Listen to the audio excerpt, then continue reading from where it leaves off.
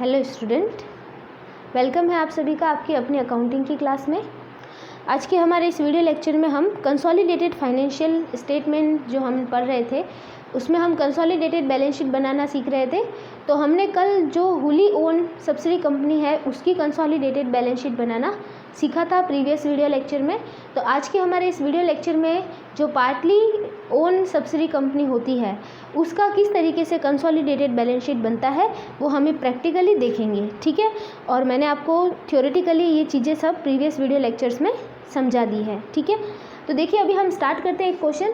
एक partially own या जिसे हम पार्टली ओन भी कह सकते हैं एक सब्सिडी कंपनी है, तो उसकी हम कंसोलिडेटेड बैलेंस शीट बनाएंगे, ठीक है। तो देखिए क्वेश्चन है, from the balance sheet given below prepare consolidated balance sheet of A limited and its subsidy B limited, share were acquired on 1 October 2018। देखिए ये डेट बहुत इंपॉर्टेंट है। 1 अक्टूबर 2018 को जो शेयर है वो एक्वायर्ड किए गए। निम्नलिखित चिट्ठों से ए लिमिटेड तथा इसकी सहायक कंपनी बी लिमिटेड का चिट्ठा तैयार कीजिए। 1 अक्टूबर 2018 को अंश क्रय किए गए, ठीक है। 1 अक्टूबर 2018 को अंश क्रय किए गए मतलब ये डेट ऑफ एक्विजिशन है। और इससे पहले का जो प्रॉफिट होगा वो प्री एक्विजिशन प्रॉफिट होगा और इसके बाद का जो प्रॉफिट होगा वो पोस्ट एक्विजिशन प्रॉफिट होगा, ठीक है। बैलेंस शीट आपको गिवन है 31 मार्च 2019 की। देखिए बैलेंस शीट को अभी हम ध्यान से एनालाइज करते हैं। देखिए ए कंपनी जो है वो है आपकी होल्डिंग कंपनी और बी लिमिटेड है आपकी सब्सिडी कंपनी, ठीक है। तो हम ध्यान से एनालाइज करते हैं। तो देखिए शेयर कैपिटल में इनकी इशूड और सब्सक्राइब और fully paid up share capital दे रखी है। इक्विटी शेयर है 100 रुपीज़ वाले और फुली पेड अप है। ए लिमिटेड की कैपिटल 30 लाख है और बी लिमिटेड की 6 लाख है। फिर जनरल रिजर्व एंड सरप्लस में आपको जनरल रिजर्व दे रखा है। ए लिमिटेड का 4 लाख और बी लिमिटेड में कुछ भी नहीं है, ठीक है। फिर surplus in statement of PNL, statement of PNL का बैलेंस दे रखा है आपको। ए लिमिटेड का 6 लाख और बी लिमिटेड का 2,10,000। नॉन करंट लाइबिलिटीज़ आपके पास कुछ भी नहीं है। करंट लाइबिलिटीज़ आपके पास ट्रेड पेबल है 5 लाख तो ए लिमिटेड के और बी लिमिटेड के 1,90,000, ठीक है। फिर असेट साइड हम एनालाइज करते हैं। असेट साइड देखो क्या कह रहे हैं। फिक्स असेट्स में आपके पास टेंजिबल असेट्स में लैंड एंड बिल्डिंग है 24 लाख तो ए लिमिटेड के और 4 लाख है आपके बी लिमिटेड के। वे प्लांट एंड मशीनरी भी दे रखे हैं। ए लिमिटेड के 4 लाख और बी लिमिटेड के भी 4 लाख। इनटेंजिबल एसेट्स आपके पास कुछ भी नहीं है। नॉन करंट इन्वेस्टमेंट ये बहुत इंपॉर्टेंट है। नॉन करंट इन्वेस्टमेंट इसमें 5,400 इक्विटी शेयर्स है बी लिमिटेड के अंदर और वो ए लिमिटेड का आपको दे रखा है, ठीक है। इसका मतलब ए लिमिटेड ने बी लिमिटेड के शेयर कितने में खरीदे हैं 5,40,000। ये आपकी क्या कहलाएगी कॉस्ट ऑफ इन्वेस्टमेंट, ठीक है। इसे हम कॉस्ट ऑफ इन्वेस्टमेंट भी कह सकते हैं। अब देखिए यहाँ पे ये क्योंकि पार्टली ओन सब्सिडी कंपनी है तो इसमें हमें ये ध्यान रखना पड़ेगा कि इसमें देखिए कितने नंबर ऑफ शेयर्स थे बी लिमिटेड के। 6 लाख की कैपिटल थी, 100 रुपीज़ का 1 शेयर था तो कितने नंबर ऑफ शेयर्स हो गए 6,000 शेयर थे, ठीक है। तो 6,000 में से कितने शेयर ए लिमिटेड ने ले लिए 5,400 शेयर ले लिए। तो कितना परसेंट लिया है लगभग 90% शेयर्स लिए हैं, ठीक है। ये हमें ध्यान रखना है कि 90% शेयर्स किसने लिए हैं ए लिमिटेड ने लिए हैं और कितने में लिए हैं 5,40,000 रुपये में लिए हैं, ठीक है। करंट असेट्स देखिए 11,60,000 तो है ए के और 2 लाख है बी के। नीचे देखिए other information, the statement of profit and loss of B limited has positive balance of ₹90,000 on 1 April 2018। अब देखिए 1 अप्रैल 2018 को बी लिमिटेड का जो स्टेटमेंट ऑफ पी.एन.एल है उसका बैलेंस दे रखा है ओपनिंग 90,000, ठीक है। तो बी लिमिटेड के लाभ हानि विवरण में 1 अप्रैल 2018 को 90,000 रुपये का धनात्मक शेष था, ठीक है। तो ये चीज़ें आपको दे दी है और इसके बेस पे आपको बनानी है कंसोलिडेटेड बैलेंस शीट। लेकिन उससे पहले हमें करनी पड़ेगी कुछ कैलकुलेशंस, ठीक है। और वो कैलकुलेशंस मैंने आपको प्रीवियस वीडियो लेक्चर में समझाई थी कि हमें यहाँ पे 5 कैलकुलेशन करनी पड़ेगी। पहली कैलकुलेशन तो pre and post acquisition profit. Second जो कैलकुलेशन होगी वो होगी नेटवर्थ की। थर्ड कैलकुलेशन होगी आपके गुडविल या फिर कैपिटल रिजर्व की। फोर्थ होगी आपके कंसोलिडेटेड प्रॉफिट की और फिफ्थ नंबर क्या होगी, फिफ्थ नंबर होगी आपके माइनॉरिटी शेयर होल्डर इंटरेस्ट की। तो यहाँ पे 5 कैलकुलेशन आपके पास होने वाली है। तो देखिए एक एक करके हम सारी कैलकुलेशंस करते हैं। तो देखिए हम तैयार करते हैं वर्किंग नोट से सबसे पहले हम वर्किंग नोट बनाएंगे प्री एक्विजिशन और पोस्ट एक्विजिशन प्रॉफिट के लिए, ठीक है। एक एक कैलकुलेशन हम करेंगे। तो देखिए सबसे पहले मैं लिखती हूँ calculation of pre and post acquisition profit, ठीक है। तो देखिए अब हमें प्री और पोस्ट एक्विजिशन प्रॉफिट निकालना है। इससे पहले हम प्रॉफिट निकाल देते हैं, प्रॉफिट फॉर द ईयर, पूरे फाइनेंशियल ईयर का प्रॉफिट निकाल देते हैं। प्रॉफिट फॉर 2018-19 का प्रॉफिट कितना था, और वो भी कौन सी कंपनी का, ऑफ बी लिमिटेड, ठीक है। बी लिमिटेड ही हमारी सब्सिडी कंपनी है। तो देखिए पूरे ईयर एंडिंग का जो हमें बैलेंस दे रखा है 31 मार्च को, स्टेटमेंट ऑफ P&L का बैलेंस वो है 2,10,000, ठीक है। और 2,10,000 में जो ओपनिंग बैलेंस है हमारा P&L का बी लिमिटेड का वो है 90,000। तो प्रॉफिट फॉर द ईयर कितना हो गया हमारे पास, प्रॉफिट फॉर द ईयर हमारे पास आएगा 1,20,000, ठीक है। इस 1,20,000 को ही हमें डिस्ट्रीब्यूट करना है दो पार्ट में, ठीक है, प्री एक्विजिशन में और पोस्ट एक्विजिशन में। तो देखिए आपको देखो ये हमारा फाइनेंशियल ईयर स्टार्ट हुआ और यहाँ पे एंड हुआ, ठीक है। ये डेट है 1 अप्रैल, ये है 31 मार्च। अब देखिए डेट ऑफ एक्विजिशन क्या है, इसमें डेट ऑफ एक्विजिशन मतलब शेयर कब परचेज किए, 1 अक्टूबर 2018 को। तो 1 अक्टूबर हमारी क्या है, डेट ऑफ एक्विजिशन है। तो देखिए हमारे पास पूरे साल का प्रॉफिट है और इसे हमें दो पार्ट में डिवाइड करना है, प्री एक्विजिशन और पोस्ट एक्विजिशन। तो इससे पहले की जो प्रॉफिट है वो प्री है, इसके बाद के प्रॉफिट क्या है, पोस्ट है, ठीक है। तो देखिए हमारे पास 1,20,000 पूरे साल का। अब ये देखना है कि 1 अप्रैल से 1 अक्टूबर तक टाइम पीरियड कितना होता है, 6 मंथ, और 1 अक्टूबर से 31 मार्च कितना होता है, 6 मंथ। तो मतलब जो हमारा टाइम रेशियो है वो कितना हुआ, वो हुआ हमारे 6:6, ठीक है।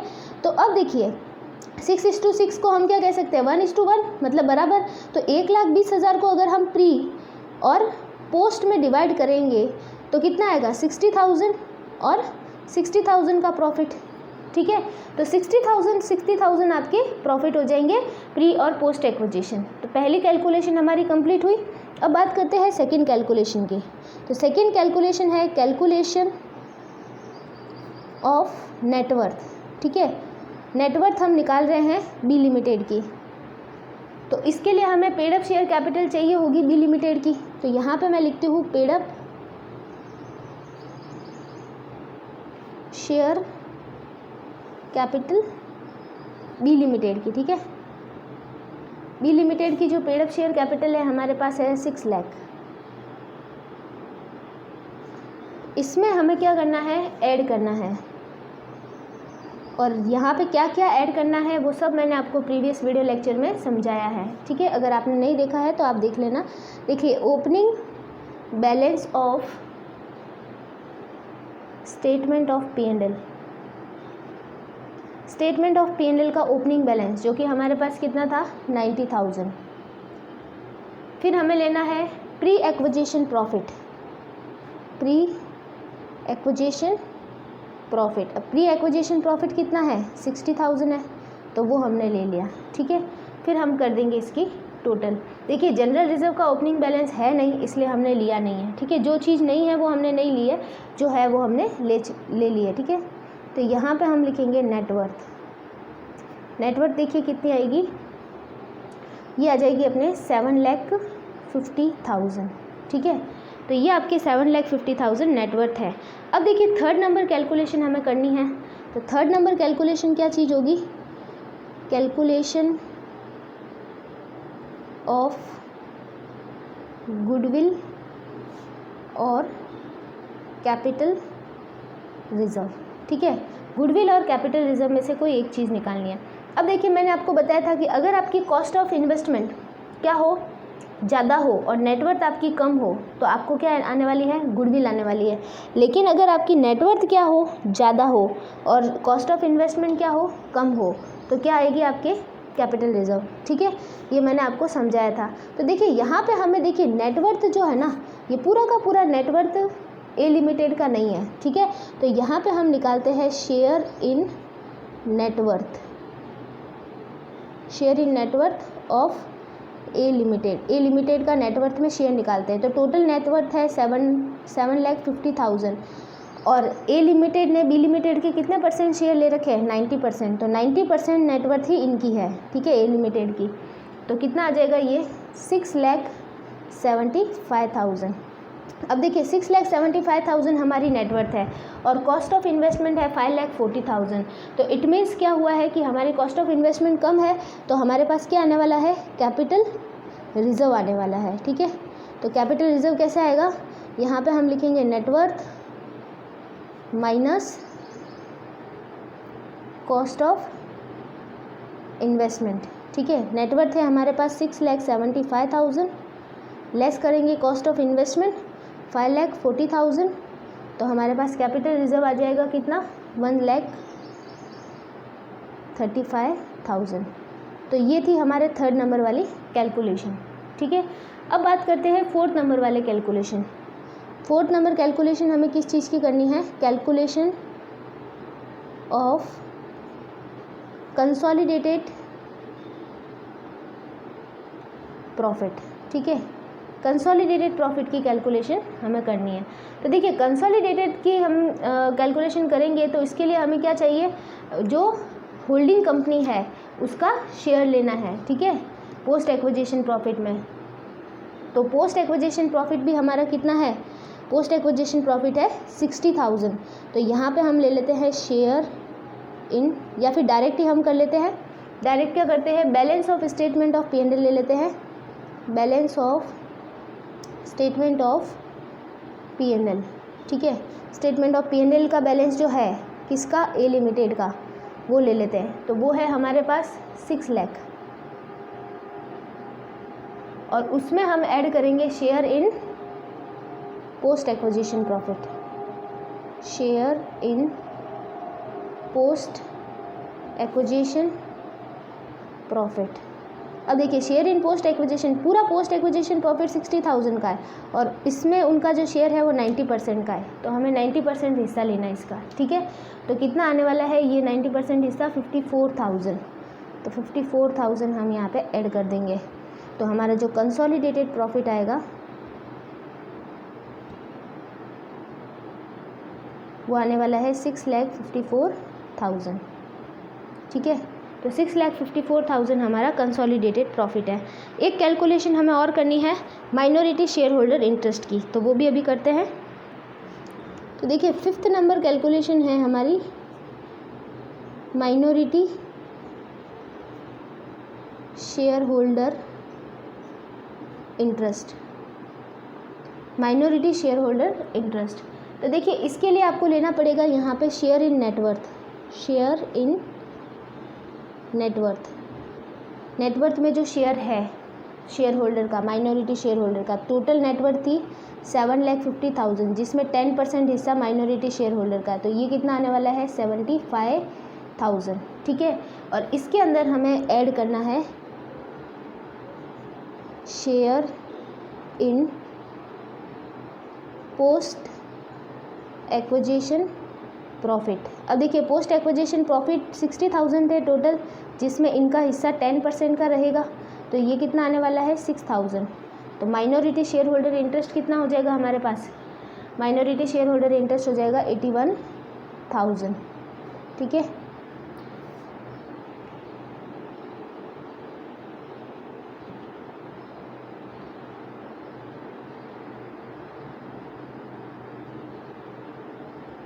तो ये आपके minority share holder interest fifth number calculation थी। तो ये पांचों कैलकुलेशन निकालने के बाद अब हम बनाएंगे कंसोलिडेटेड बैलेंस शीट। तो देखिए ये मैंने बैलेंस शीट का परफॉर्मा बना दिया है, कंसोलिडेटेड बैलेंस शीट का, ठीक है। अब देखिए हम स्टार्टिंग करते हैं फर्स्ट से, इक्विटी एंड लायबिलिटी से। Equity and liabilities, equity and liabilities में जो हम फर्स्ट नंबर चीज़ लेते हैं वो हम लेते हैं share holder fund. Share holder fund में फर्स्ट लेंगे शेयर कैपिटल। अब देखिए शेयर कैपिटल तो हमें यहाँ पे सिर्फ ए लिमिटेड की लिखनी है, ठीक है। ए लिमिटेड की जो शेयर है वो है 30,000 इक्विटी शेयर है एट द ₹100 ईच, ठीक है। तो ये हो जाएगी आपके 30 लाख। फिर बात करते हैं जो सेकेंड चीज़ हम लिखेंगे reserve and surplus, reserve and surplus. अब देखिए रिजर्व एंड सरप्लस में आपको सारी चीज़ें लिखनी है। एक तो आपके जो कैपिटल रिजर्व आपने कैलकुलेट किया वो लिखना है आपको। कैपिटल रिजर्व आपका देखिए कितना हो जाएगा 1,35,000। फिर देखते हैं नेक्स्ट जनरल रिजर्व, जो एज इट इज़ बैलेंस था जनरल रिजर्व, और वो दे रखा था आपको 4 लाख का ए लिमिटेड का, ठीक है, बी लिमिटेड का था ही नहीं। फिर बात करते हैं consolidated profit, consolidated profit. Consolidated profit देखिए कितना था, हमने कैलकुलेट किया था 6,54,000 का, 6,54,000 का था, ठीक है। फिर हम बात करते हैं, अब यहाँ पे आपको सी थर्ड करके लिख सकते हो, माइनॉरिटी शेयर होल्डर इंटरेस्ट, ठीक है, माइनॉरिटी शेयर होल्डर इंटरेस्ट। तो माइनॉरिटी शेयर होल्डर इंटरेस्ट कितना था हमारे पास 81,000 हमने कैलकुलेट किया था, तो वो हम यहाँ पे लिख देंगे। फिर बात करते हैं नेक्स्ट सेकेंड पॉइंट, सेकेंड है नॉन करंट लाइबिलिटी, वो हमारे पास कुछ भी नहीं है तो यहाँ पे डैश लगा दीजिए। फिर थर्ड नंबर बात करते हैं करंट लाइबिलिटी। करंट लाइबिलिटी में आपके पास क्या है, ट्रेड पेबल है। अब देखिए ट्रेड पेबल में दोनों के ट्रेड पेबल के अमाउंट को जोड़ के रिप्रेजेंट करना है, ठीक है। तो 5 लाख और 1,90,000, 5 लाख प्लस 1,90,000, तो टोटल आपकी कितना आने वाला है, ये आ जाएगा 6,90,000, ठीक है। इसके अलावा बाकी लाइबिलिटी साइड में कुछ भी नहीं है, तो यहाँ पे हम टोटल के लिए डिस्टेंस छोड़ देंगे इतना। फिर हम सेकेंड पार्ट तैयार करते हैं इसका असेट साइड का, तो यहाँ पे हम लिखते हैं सेकेंड पार्ट, ये है हमारा असेट साइड। इसमें भी हम पॉइंट नंबर फर्स्ट डालते हैं non current assets. Non current assets में आपके पास जो ए है वो है फिक्स असेट्स। फिक्स असेट्स में आपके पास फर्स्ट है टेंजिएबल। टेंजिएबल में आपके पास होंगे, टेंजिएबल असेट्स पूरा लिख देते हैं। टेंजिएबल असेट्स है आपके पास लैंड एंड बिल्डिंग।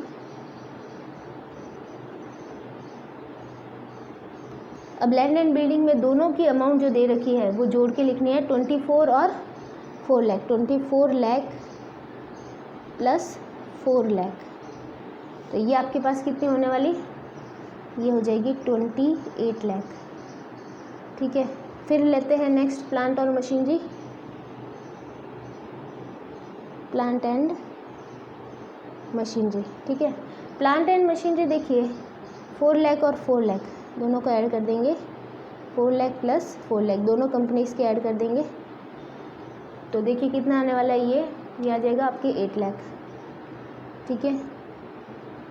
फिर चलते हैं इनटेंजिबल, आपके पास कुछ है ही नहीं, बी इनटेंजिबल या सेकेंड इनटेंजिबल असेट्स, वो आपके पास कुछ भी नहीं है, ठीक है। सेकेंड ले लेते हैं हम करंट असेट्स। करंट असेट्स में आपके पास करंट असेट्स हैं तो दोनों के ऐड करके लिखने हैं। ए के है आपके पास 11,60,000 प्लस बी के हैं आपके पास 2 लाख, ठीक है। तो टोटल ये कितने होने वाले हैं आपके 13,60,000, ठीक है। तो ये हमारा असेट साइड था जो हमने कर दिया। अब देखिए क्या करना है आपको, टोटल लगानी है, ठीक है। तो टोटल ये असेट साइड की, तो जब हम लाइबिलिटी साइड की टोटल करेंगे तो हमारे पास आएगा 40 लाख और 49,60,000, ठीक है। और यहाँ पे 28 और 8 36 एंड 13,60,000, ये भी आ जाएगा आपके 49,60,000, ठीक है। तो इस तरीके से आपको ये बैलेंस शीट प्रिपेयर करनी है, ठीक है। तो ये है आपकी कंसोलिडेटेड बैलेंस शीट। और दोनों साइड से इक्वल होने पर ये इसका मतलब आपने इसका बिल्कुल सही सॉल्यूशन किया है। ठीक है, तो ये है आपकी कंसोलिडेटेड बैलेंस शीट। सारी कैलकुलेशन करके आपको इस तरीके से करना है।